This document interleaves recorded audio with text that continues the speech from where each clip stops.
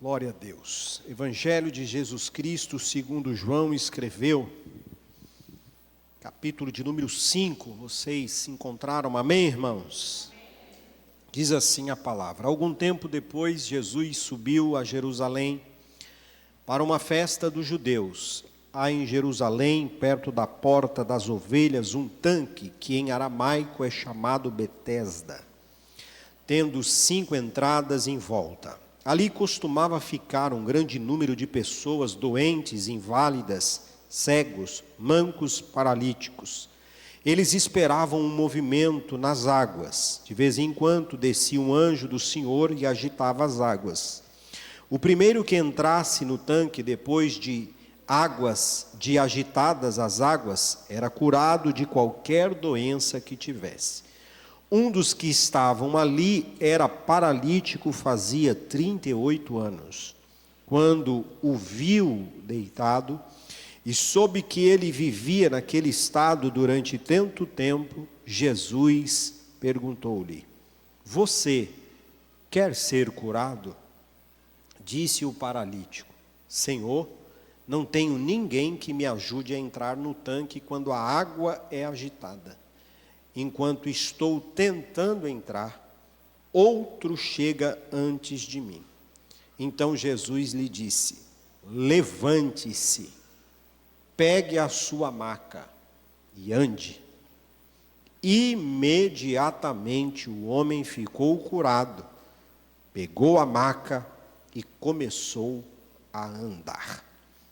Amém.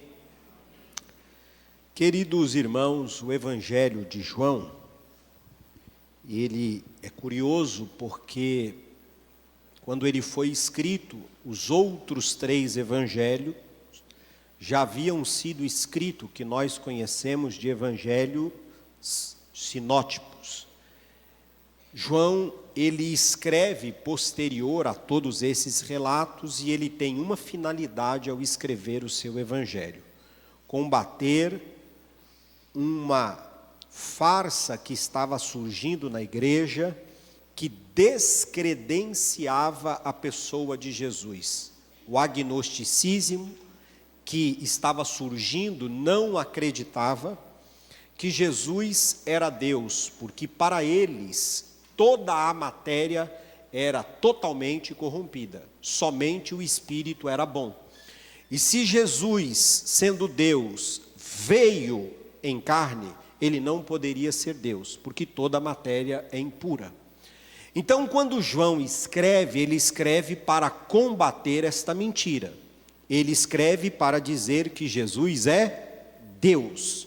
O Verbo se fez carne, habitou entre nós, e nós vimos ele cheio de graça e cheio de verdade. João, ele é exagerado em dizer, no término da sua leitura, que se fosse possível relatar todos os milagres de Jesus, nem todos os livros do mundo seriam capazes de descrever aquilo que Jesus realizou entre os homens. Porque Jesus veio na plenitude do poder do Espírito Santo para realizar as obras do Pai. Então João deixa claro que Jesus é Deus.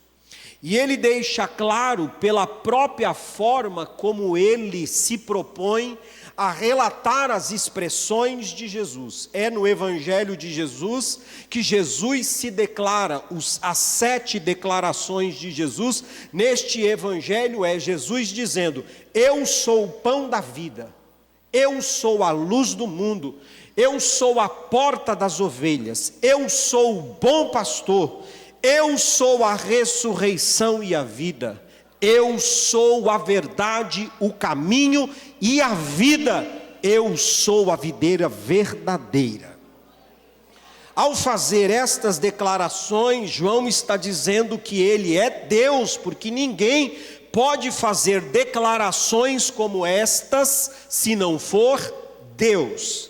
Mas João também não apenas ele registra as declarações de Jesus, mas como ele se propõe a falar dos milagres de Jesus. Ele usa a expressão sinal, que é literalmente para apresentar esse código que ele quer que os seus ouvintes entendam. Ninguém faz o que Jesus faz se não for Deus. E Jesus fez muita coisa. Então por isso que João, ele se propõe a relatar os milagres que Jesus realizou. No capítulo de número 5, então, ele vai falar de um acontecimento muito marcante.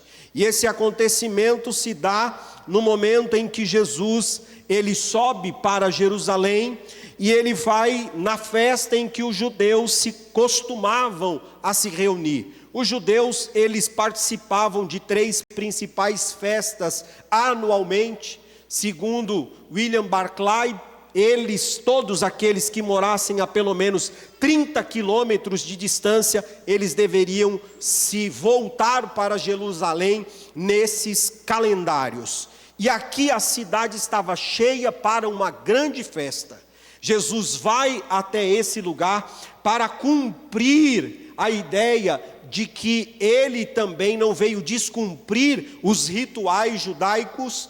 E aí ele participa desta festa. Só que é interessante, Jesus vai para essa festa, que é uma grande celebração da Páscoa, do Pentecoste e a festa dos tabernáculos, que são grandes celebrações para o povo. O texto não diz qual é, então não adianta eu tentar forçar aqui e adivinhar que festa é. Eu sei que era uma destas festas e Jesus vai até elas. Só que o interessante é que ao chegar em Jerusalém, ao invés de Jesus ficar nesse ambiente das festas, Jesus vai para esse lugar chamado Tanque de Betesda. E qual é as pessoas que frequentam esse lugar chamado Tanque de Betesda? O texto vai deixar claro, veja comigo no versículo de número 3. Ali costumava ficar um grande número de pessoas, doentes, inválidas, cegos, mancos e paralíticos. Ora, quem é que troca uma festa, irmão, para ir para um lugar desse? Você é convidado para ir numa festa. Você chega nesse lugar, um exemplo, alguém faz um convite para você ir numa festa bacana. Uma vez eu fui convidado para ir numa festa bacana. Aí eu imagino que eu chego naquela festa, ao invés de eu ficar naquela festa, eu falo, não, sabe uma coisa? Eu vou na Casa da Misericórdia. Onde é que é a Casa da Misericórdia aqui dessa cidade que eu quero ir lá? Para quê? Para ficar lá com os doentes, com os leprosos, com quem não tem mais diagnóstico, já está dado sobre ele. Quem é que faz isso, irmão? Quem é capaz de fazer isso? Jesus. Jesus é capaz de fazer isso. Jesus é capaz de deixar o ambiente da alegria para se compadecer com aqueles que não têm alegria. Jesus é capaz de deixar um ambiente onde a esperança reina para se assentar com aqueles que não têm esperança alguma. Jesus deixa o ambiente da festa para ir na Casa da Misericórdia. O Tanque de Betesda, o significado de Tanque de Betesda é Casa de Misericórdia. Talvez seja daí a ideia que tem tanta Casa de Misericórdia espalhada por aí. Não sei, pode ser uma teoria, né? Só uma teoria, nada mais do que isso.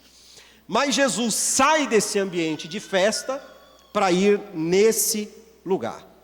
E lá nesse lugar acontece algo que é muito frustrante. Eles acreditavam que no Tanque de Betesda, um lugar onde tinha 5 pórticos,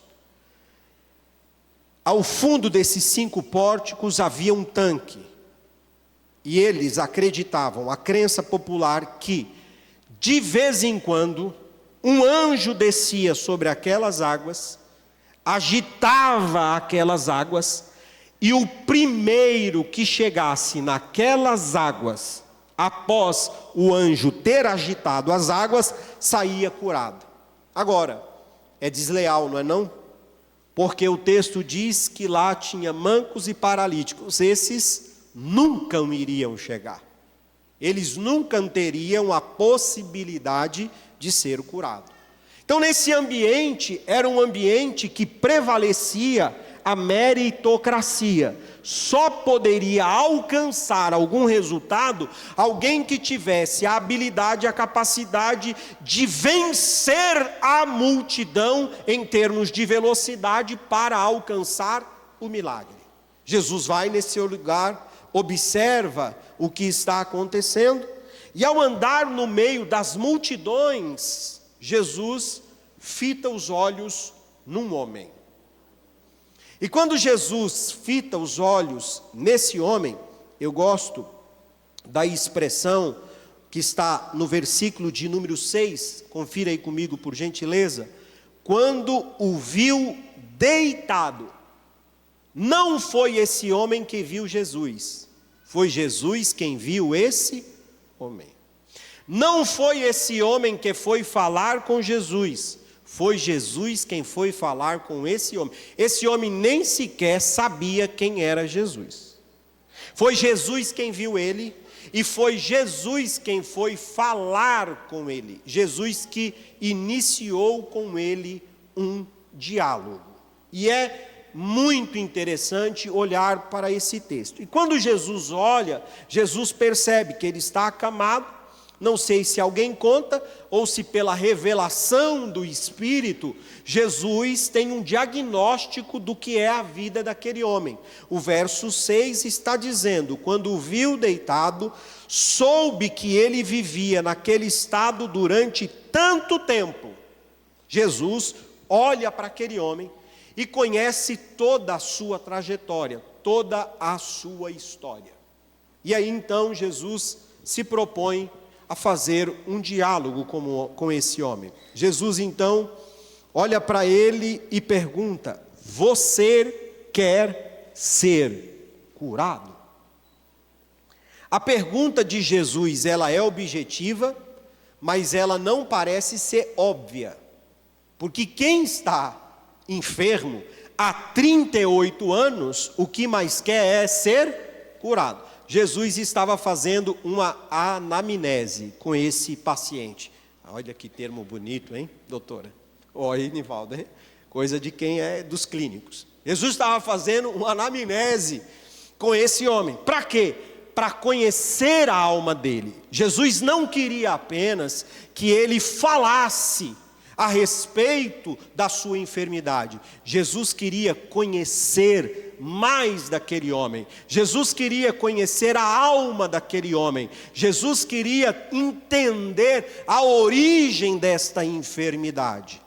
E quando Jesus pergunta para aquele homem uma pergunta objetiva, ele traz uma resposta totalmente evasiva. Jesus pergunta para ele: quer ser curado? Ao invés dele responder sim ou não, ele traz uma resposta totalmente fora do que Jesus perguntou. Ele diz assim: olha, Senhor, não tem ninguém que me ajude. Não foi isso que Jesus perguntou para ele, não. A entrar no tanque quando a água é agitada. Enquanto estou tentando entrar, outro chega antes de mim. Jesus percebeu que aquele homem, ele está completamente adoecido, não apenas fisicamente. Aquele homem está sofrendo, sabe do quê? De desprezo. Não tem ninguém por ele. Ele é um homem completamente isolado. Não tem ninguém olhando por ele. E se tem uma enfermidade, que se é que a gente pode classificar como enfermidade cruel, é o desprezo. Ninguém que olha para você. Tem muitas coisas que ferem a gente. Alguém, por exemplo, que está doente, alguém que está acamado, alguém que está sem dinheiro, quebrado. Mas se tem alguém que se compadece dessa pessoa, menos mal. Agora, se você está doente, quebrado, sem dinheiro, e ninguém que nem está nem aí para você, é muito pior. É uma dor ainda muito mais aguda. E é isso que esse homem sente na sua alma. Ele sente que ele é inteiramente invisível aos olhos das pessoas. Ele não é alguém que ninguém faz caso dele. Ele é sempre deixado de lado. Jesus olha então para essa resposta que esse homem dá. E aí eu gosto, sabe por quê? Porque se esse tanque de Betesda significa casa da misericórdia, o Deus da misericórdia enviou o Filho da misericórdia na casa da misericórdia, sabe para quê? Para ter misericórdia desse homem. Então Jesus olha para ele e diz assim: então eu sei como é que está a sua situação, vamos fazer um negócio? Levante-se. E essa também é outra ordem, irmão, que não parece óbvia. Esse homem não anda há 38 anos, aí Jesus diz para ele: levante-se. Quase que ele fala assim: eu estou querendo fazer isso há 38 anos. Faz 38 anos. O que um paralítico quer fazer? Levantar e andar. Só que Jesus diz para ele assim: ó, levante-se, pegue a sua maca e ande. Aí é que é bonito, porque o verso seguinte, o verso de número 9 diz assim: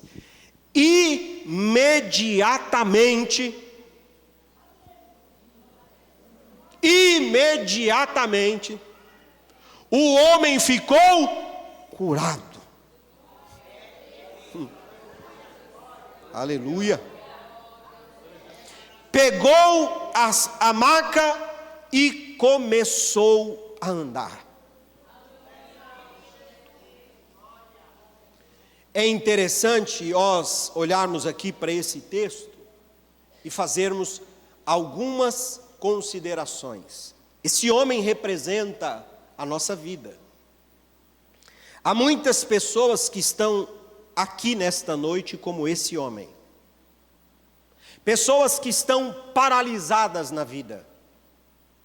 Pessoas que estão sofrendo a dor do desprezo, da invisibilidade, as dores da alma, as dores do corpo, as dores de relacionamentos acabados, esfacelados, as dores do abandono, do desprezo, e isso tem te deixado impotente diante da vida. E como a vida, ela não segue um ciclo romântico, não tem ninguém por você. E por anos e tempo você vive nesse círculo de derrota, de desprezo, de tristeza, e você não consegue ver ninguém por você. Essa é a história de muitas pessoas aqui. E eu não digo que são apenas aquelas que não conhecem a Jesus. Há crentes cujas suas histórias estão semelhantes a deste homem. Até porque há um detalhe que eu não vou pular, eu não posso pular. Esse homem não está assim à toa. Esse homem não está vivendo tudo o que ele está vivendo à toa. Jesus disse que esse homem está vivendo assim por causa do pecado. O versículo de número 14 está escrito assim: mais tarde Jesus o encontrou no templo e disse: olhe, você está curado. Não volte a pecar, para que algo pior não aconteça com você. O pecado é paralisante, amigo ouvinte da palavra de Deus. O pecado é paralisante. O pecado deprime, o pecado definha, o pecado enfraquece, o pecado maltrata. O pecado é uma oferta que o diabo faz a nós, a fim de nos oferecer pratos palatáveis, saborosos, mas que quando nós ingerimos, eles são completamente nocivos à nossa vida, ao nosso corpo, à nossa alma. Promete sabor e prazer, mas o final dele é amargo, é destrutivo, machuca, maltrata, impede a nossa vida de olhar para o futuro. Esse homem estava aqui assim, maltratado pelo pecado e pela vida, adoecido, completamente impotente diante das circunstâncias. Mas assim como esse texto está aqui posto a respeito da missão de Jesus, eu quero dizer a você que veio a este lugar: aqui também não é outro lugar, aqui é a casa da misericórdia, e o Deus da misericórdia também mandou Jesus aqui nesta noite, o Filho da misericórdia, para ter um encontro com você, para ter um diálogo com você e transformar a sua vida, porque Ele tem poder para fazer isso na sua vida. Esse Jesus que entrevistou a esse homem, Ele também está aqui para ter um diálogo com você. E Ele está interessado sim na sua dor. Ele é empático ao seu sofrimento. E vou dizer mais, assim como Ele olhou para aquele homem e conheceu a história daquele homem, Jesus também conhece a sua história. Eu não a conheço. Eu não sei quem você é, eu não sei como você está, eu muito pouco sei, inclusive daqueles que me cercam, mas há um aqui nesse lugar, que Ele sonda a mente, que Ele sonda coração, que Ele sabe da sua história, Ele sabe do seu hoje, Ele sabe do seu passado, e Ele olhou para você. Não foi você que encontrou Ele aqui nessa noite, foi Ele que está olhando para você, e o olhar dele é um olhar de bondade, é um olhar de graça, é um olhar de misericórdia, é um olhar de favorecimento, é um olhar aonde o desejo dele é encontrar a sua alma, a fim de afagá-la, de curá-la, de uma forma única e soberana, que só Ele tem poder para fazer. Jesus olhou para esse homem e se compadeceu desse homem, assim como Ele se compadece de mim e de você nesta noite. Agora tem algo que eu gostaria de dizer, porque o tempo aqui já vai correndo, e eu quero ser muito objetivo e prático com a minha ministração. Jesus pergunta para aquele homem: quer ser curado? E a pergunta que eu faço a você, amigo ouvinte e amigo irmão: quer ser curado?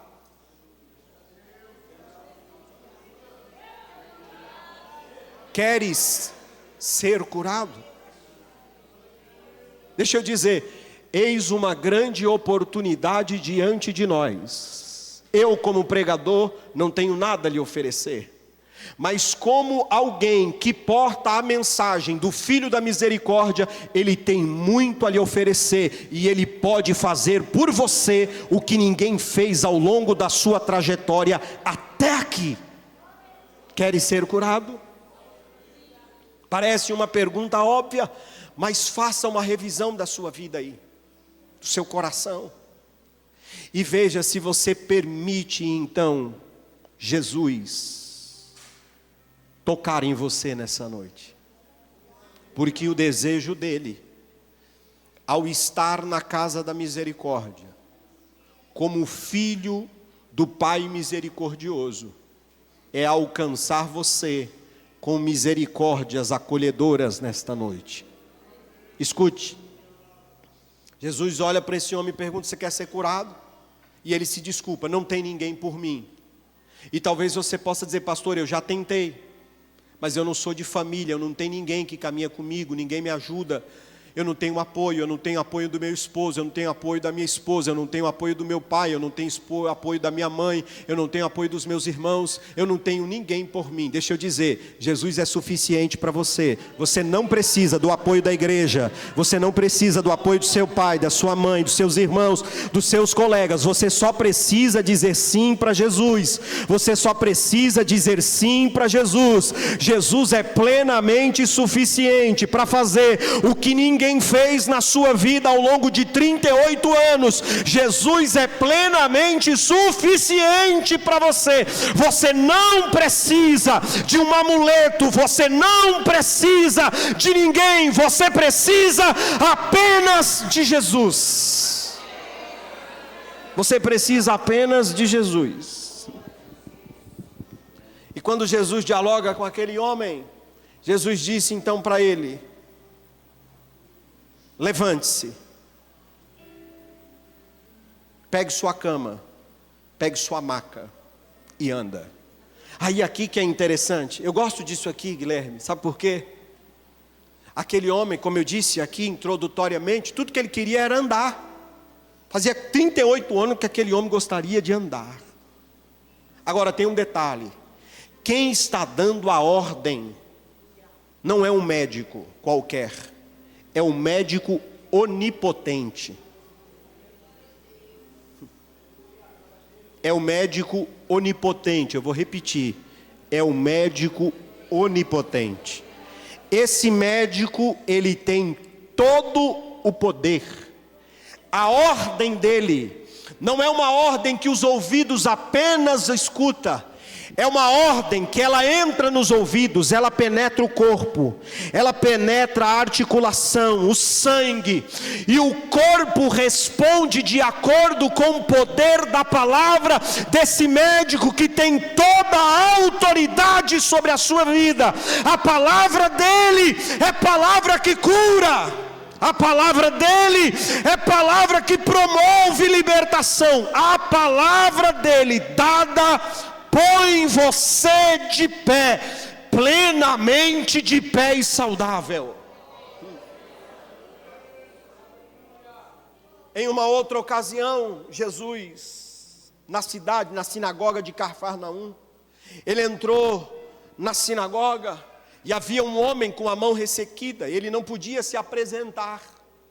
Aquele homem, o problema da mão ressequida, não havia uma comunicação neurológica com a mão dele era encolhida, mirrada, e ele era um homem que não tinha o movimento das mãos. Ele está numa reunião como essa, Jesus vê ele, Jesus disse: ei, vem aqui à frente. Aí ele vem, todo envergonhadinho, com a mão mirrada.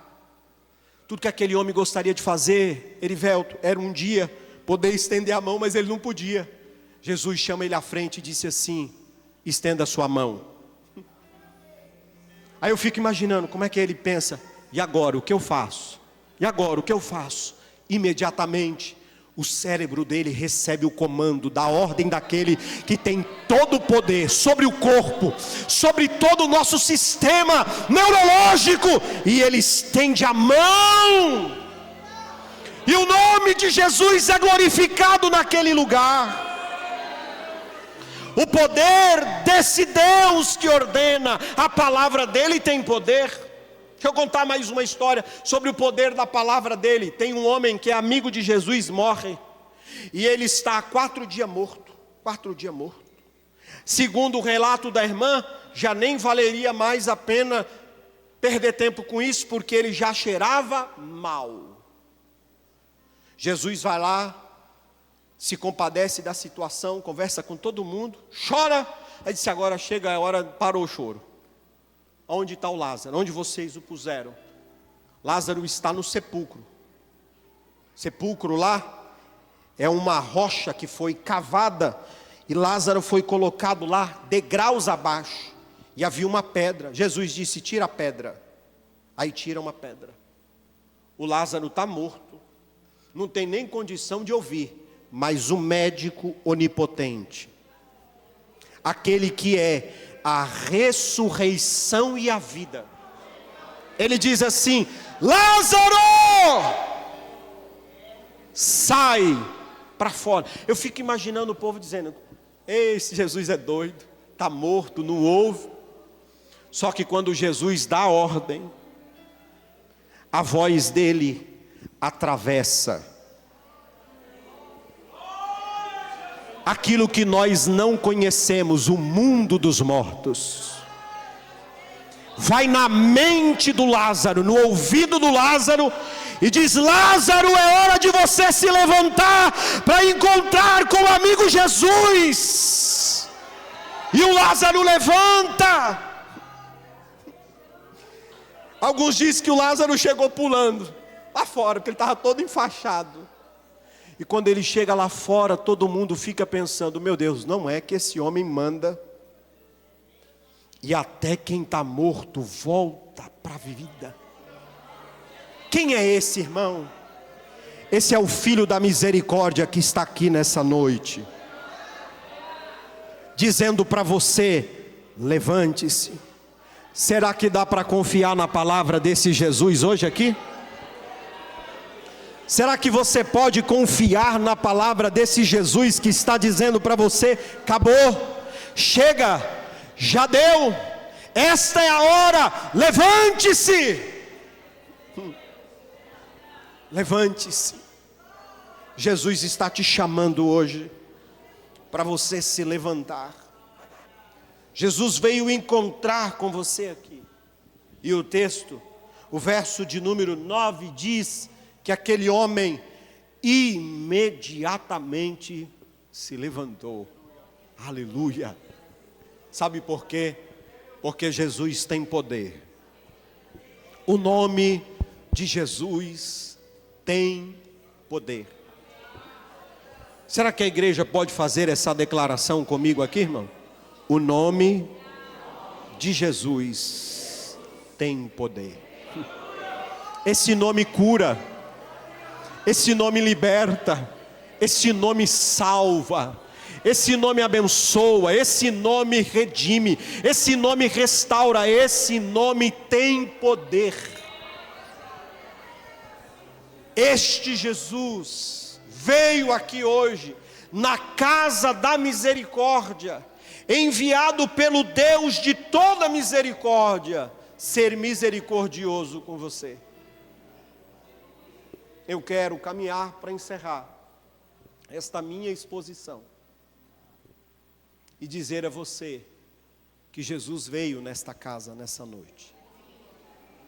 Deixa eu dizer, isso aqui não está escrito apenas para que a gente conheça o passado, mas para que a gente experimente o poder desta palavra em nossa vida. Jesus está aqui nesse lugar. Eu creio nisso. E isto não é um jargão para mexer com as suas emoções. Eu creio. O Filho de Deus, o Filho da misericórdia, está aqui nesse lugar nesta noite.